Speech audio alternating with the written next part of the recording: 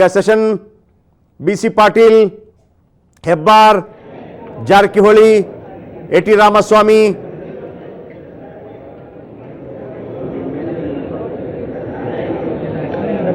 MB Patil, Kumar Bangarappa, MTB Nagaraj ಎಲ್ಲ ಜೊತೆಯಾಗಿ ಕುಮಾರ್ ಬಂಗಾರಪ್ಪನವರ ಪುತ್ರ ಈ ಬಾರಿ ಸೊರಬದಿಂದ ಬಿಜೆಪಿಯಿಂದ ಗೆದ್ದು ಬಂದಿದ್ರು. ಆದರೆ ಹಳೆ ಕಾಂಗ್ರೆಸ್ಸಿಗರು ಕುಮಾರ್ ಬಂಗಾರಪ್ಪ ಕಳೆದ ಬಾರಿ ಕಾಂಗ್ರೆಸ್ನಲ್ಲಿದ್ದರು, ನಂತರ ಬಿಜೆಪಿಗೆ ಜಾಯಿನ್ ಆಗಿ ಅಲ್ಲಿಂದ ಗೆದ್ದು ಬಂದಿದ್ರು. ಹಾಗಾಗಿ ಸೊರಬದಿಂದ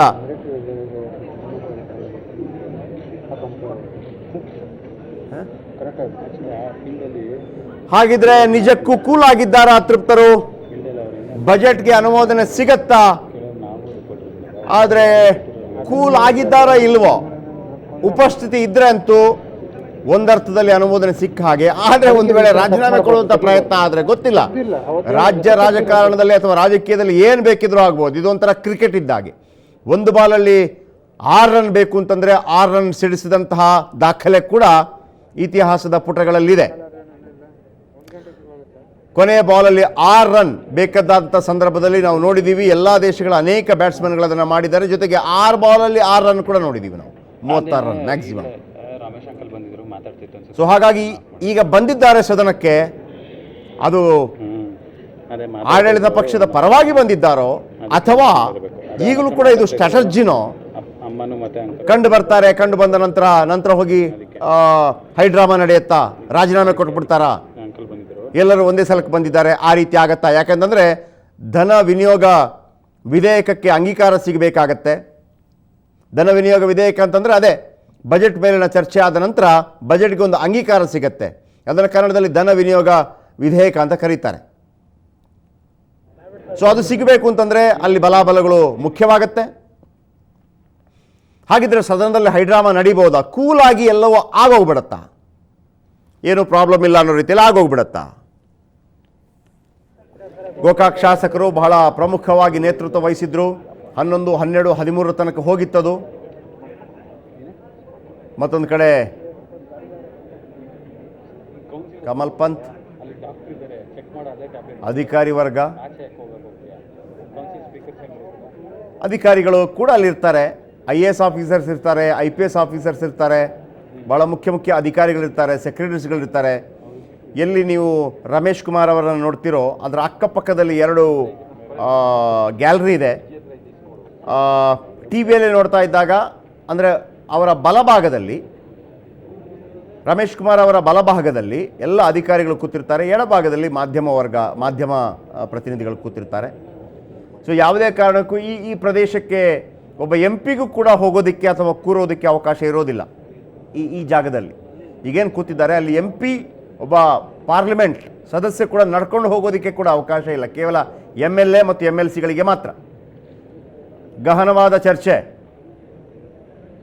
MB ಪಾಟೀಲ್, ಬಬಲೇಶ್ವರ ಶಾಸಕ ಹಾಗೂ ಹಾಲಿ ಗೃಹ ಸಚಿವರು, ನಾಗೇಂದ್ರ ಅವರನ್ನು ಕರ್ಕೊಂಡ್ಬರೋದಕ್ಕೆ ದೊಡ್ಡ ಪ್ರಯತ್ನ ಕೂಡ ಆಗಿದೆ ಇವರಿಂದ, MB ಪಾಟೀಲ್ ಅವರಿಂದ. ಜೊತೆಗೆ ಮುಂದೆ ನಡೆಯುವಂಥ ಇನ್ನು ಕೆಲವೇ ತಿಂಗಳಲ್ಲಿ ಲೋಕಸಭಾ ಚುನಾವಣೆ ನಡೆಯುತ್ತೆ. ಆ ಸಂದರ್ಭದಲ್ಲಿ ಬಳ್ಳಾರಿಯ ಅಭ್ಯರ್ಥಿಯ ಉಸ್ತುವಾರಿನೋ ಅಥವಾ ಏನಾದರೂ ಒಂದು ಬೇಡಿಕೆಗಳಿರುತ್ತಲ್ಲ, ಆ ಬೇಡಿಕೆಗಳು ಏನು ಅದು ಈಡೇರಲ್ಪಡುತ್ತೆ. ಬಂಗಾರಪೇಟೆ ನಾರಾಯಣಸ್ವಾಮಿ MLA,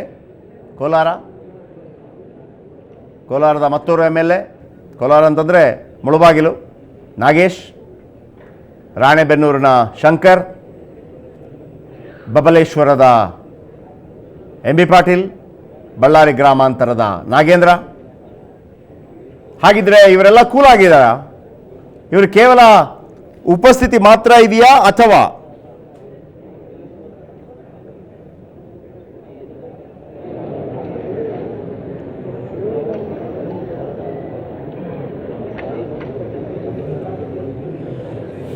ಕೇವಲ ಉಪಸ್ಥಿತಿ ಮಾತ್ರನಾ ಅಥವಾ ಈಗಲೂ ಕೂಡ ರೆಬೆಲ್ ಆಗಿ ಇದ್ದಾರಾ ಗೊತ್ತಿಲ್ಲ.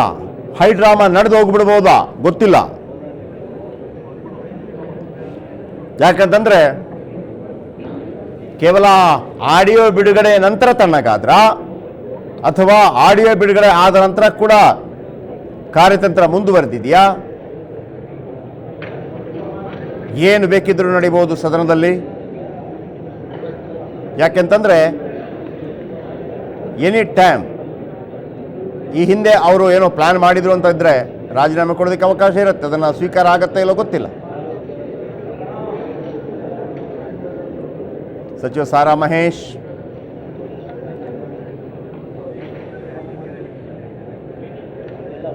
ಐ ಥಿಂಕ್ ಇವರ ವಿರುದ್ಧವೇ ಇವರ ಪುತ್ರನನ್ನೇ ಮಾತನಾಡಿಸಿದ್ದು ಬಹುಶಃ.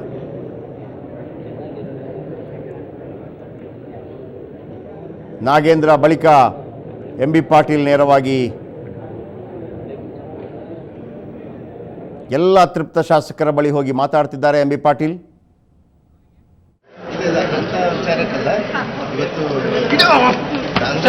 ಬಿಡಬಾರದಂತೇಳಿ ವಿಚಾರ ಇದ್ದಾಗ ಅದು ಅನರ್ಹದ ಪ್ರಶ್ನೆನೇ ಬರೋದಿಲ್ಲ.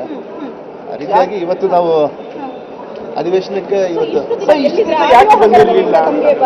ಇಲ್ಲ ಖಂಡಿತವಾಗ ಅದು ಆಡಿಯೋ ಹಗರಣ ನಿಜನೋ ಸತ್ಯನೋ ಸುಳ್ಳುನೋ ಇನ್ನ ಇವತ್ತು ಯಾಕೆ ಸಂಪರ್ಕಕ್ಕೆ ಸಿಗ್ತಾ ಇಲ್ಲ ಅಂತ ಕೇಳ್ತಾ ಇದ್ದೆ. ನಾವೆಲ್ಲರೂ ಕೂಡ ಕೊಟ್ಟರು ಕೂಡ ಬರ್ತಾ ಇರಲಿಲ್ಲ. ನಾನು ಬೇರೆ ವಿಚಾರದಿಂದ ನಾನು ಮಹಾರಾಷ್ಟ್ರಕ್ಕೆ ಹೋಗಿ ಬರ್ತಾ ಇರ್ತೀನಿ. ನನ್ನ ಕೆಲಸ ನಿಮಿತ್ತ ನಾನು ಹೋಗಿ ಬರ್ತಾ ಇರ್ತೀನಿ. ಆ ಕಾರಣಕ್ಕಾಗಿ ಹೋಗಿದ್ದೆ ಬಿಟ್ಟು ಯಾವುದೇ ಅತೃಪ್ತರ ಜೊತೆಗೆ ನಾವು ಇದೀವಿ ಅಂತ ವಿಚಾರ ಅಂತ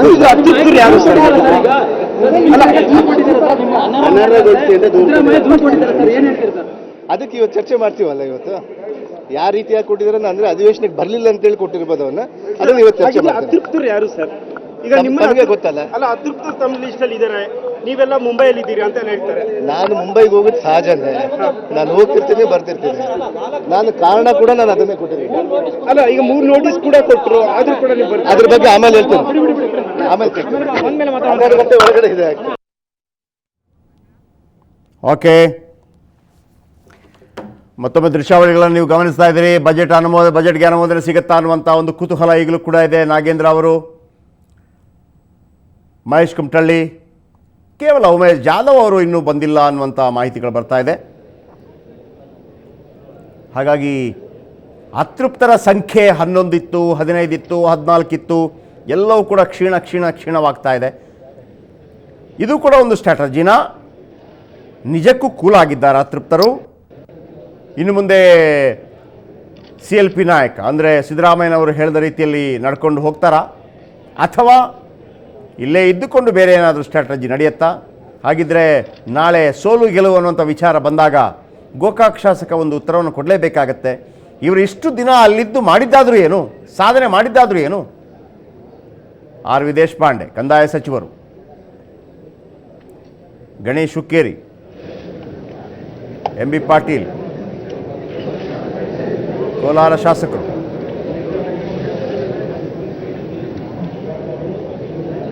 ಕೋಲಾರ ಶಾಸಕ ಶ್ರೀನಿವಾಸ್ ಗೌಡ ಇವರು ಕೂಡ ಒಂದು ಆರೋಪವನ್ನು ಮಾಡಿದ್ರು. BJP ನನಗೆ ಆಫರ್ ಕೊಟ್ಟಿತ್ತು ಅಂತೇಳಿ, 5 ಕೋಟಿ ಮನೆಯಲ್ಲಿದೆ ಅನ್ನುವಂಥ ಮಾತನ್ನು ಕೂಡ ಹೇಳಿದರು. ಸೊ ಹಾಗಾಗಿ ಭಾಳ ದೊಡ್ಡ ರೀತಿಯಲ್ಲಿ BJP ಒಂದು ಪ್ರತಿಭಟನೆಯನ್ನು ಮಾಡಿತ್ತು. ಒಂದು ವೇಳೆ ಆಡಿಯೋ ವಿಚಾರದ ಬಗ್ಗೆ, ಕೊಡುಕೊಳ್ಳುವಿಕೆ ವಿಚಾರದ ಬಗ್ಗೆ ತನಿಖೆ ಆದರೆ ಇದು ಕೂಡ ವಿಚಾರ ಆಗಬೇಕು ಅಂತೇಳಿ ಜಮೀರ್ ಅಹಮದ್ ಖಾನ್ ಐ ಥಿಂಕ್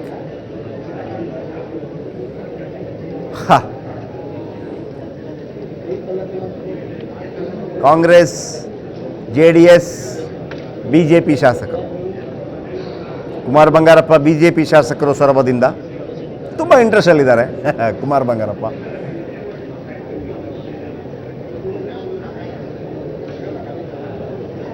ಜಮೀರ್ ಅಹಮ್ಮದ್ ಖಾನ್ ಜೊತೆ ಜಾರಕಿಹೊಳಿ. ಯಾಕೆಂತಂದರೆ ನಾಗೇಂದ್ರ ಅವರನ್ನು ಕರ್ಕೊಂಬರುವಲ್ಲಿ ಕೂಡ ಜಮೀರ್ ಅಹಮ್ಮದ್ ಖಾನ್ ಪ್ರಮುಖ ಪಾತ್ರವನ್ನು ವಹಿಸಿದ್ದಾರೆ ಮತ್ತು ಒಂದು ರೀತಿಯಲ್ಲಿ ಮನವೊಲಿಸುವಲ್ಲಿ ಭಾಳ ಚತುರರು ರಾಜಕೀಯ ರಂಗದಲ್ಲಿ ಅಂತ ಮಾತು ಕೇಳಿ ಬರುತ್ತೆ. ಜಮೀರ್ ಅಹಮ್ಮದ್ ಖಾನ್ ಈಗ ಒಂದು ಕಾಲದಲ್ಲಿ ಕುಮಾರಸ್ವಾಮಿ ಅವರ ದೊಡ್ಡ ಫಾಲೋವರ್, ಈಗ ಸಿದ್ದರಾಮಯ್ಯನವರ ಫಾಲೋವರ್. ಸಿದ್ದರಾಮಯ್ಯ ಅವರನ್ನು ಕೂಡ ತನಿಖೆಗೆ ಒಳಪಡಿಸಬೇಕು ಅಂತ ಮೊನ್ನೆ ಶ್ರೀರಾಮುಲವರು ಹೇಳಿದಾಗ ರೊಚ್ಚಿಗೆದ್ದಿದ್ರು. ಇದೇ ಜಮೀರ್ ಅಹಮದ್ ಖಾನ್ ಚಾಮರಾಜಪೇಟೆಯಿಂದ ಸತತವಾಗಿ ಗೆದ್ದು ಬರುವಂತಹ ನಾಯಕ.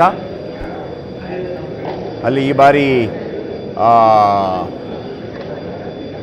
JDS ಪರವಾಗಿ ಬಲಿಷ್ಠ ಅಭ್ಯರ್ಥಿಯನ್ನು ಹಾಕಲಾಗಿತ್ತು.